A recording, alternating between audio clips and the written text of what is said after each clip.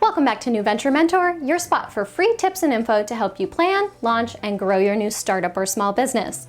I'm Kate Costa, and today we're going to talk about something that I haven't seen discussed much: how to make the most of meetings, specifically with mentors and consultants.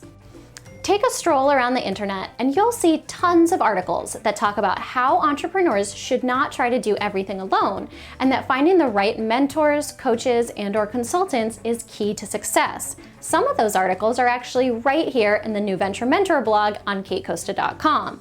What you don't see as much of, however, is what the heck an entrepreneur should be doing to make sure to make the most of any time he or she actually gets with said mentors or consultants.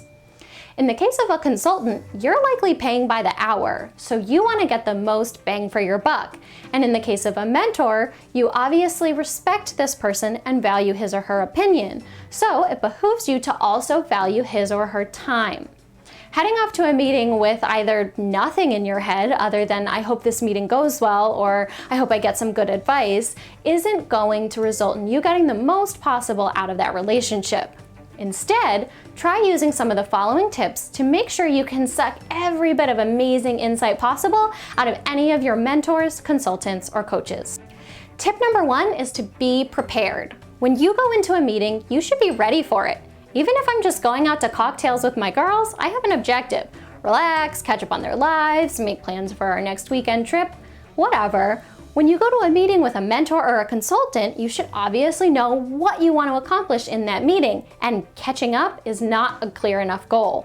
Have specific issues you'd like to discuss and specific questions you'd like to ask. Be ready to present any facts or figures that would shed light on what's going on, and to provide follow-up information if the other person needs more detail to be able to give you a good answer to a question. When you have an objective for your meeting, you'll be much less likely to waste time on unimportant stuff and much more likely to get to the meat of it right away. And that's how you get the most benefit from these meetings. Tip number 2, however, is to make sure you do leave some time to let this mentor or consultant comment on whatever he or she wants to comment on, or ask any questions he or she wants to ask. Yes, you should go in with an objective, but you should also recognize that you may have blinders on to some things that really should be discussed. So be sure to leave enough time during your meeting to just listen to whatever the person wants to say and discuss whatever that other person thinks is important. Whether you're focusing on your objective or discussing what your mentor or consultant thinks is important at any given moment, tip number 3 is to be sure to take notes. Don't try scribbling down every single word so that you're really just note-taking and not listening, but do be prepared to jot down the overarching themes and any choice nuggets that come out of the conversation. If you're really getting the most out of your meetings, you'll cover a lot, and it will be difficult to remember it all if you don't write it down. Finally, tip number 4 is to create action items immediately. You probably want to do this when you're still with the other person at the end of the meeting, but in the worst case, you can create these action items immediately following the meeting. It's really important that they're created right away, however, so do not wait saying you'll create your action items tomorrow, because it won't happen.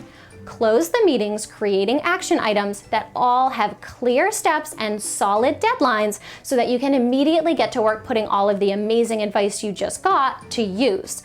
Bonus points if the mentor or consultant knows about all of the action items and their deadlines and will hold you to them. Mentors and consultants can be incredibly valuable resources for entrepreneurs to lean on, and these 4 tips should help you get the most out of any meeting you have with one. That's it for this week here on New Venture Mentor. I hope you liked this video, and I would greatly appreciate you liking and sharing it if you did. Also, don't forget to get over to katecosta.com if you're not already there and sign up for my free email newsletter so you'll never miss the latest tips and info to help you plan, launch, and grow your new startup or small business.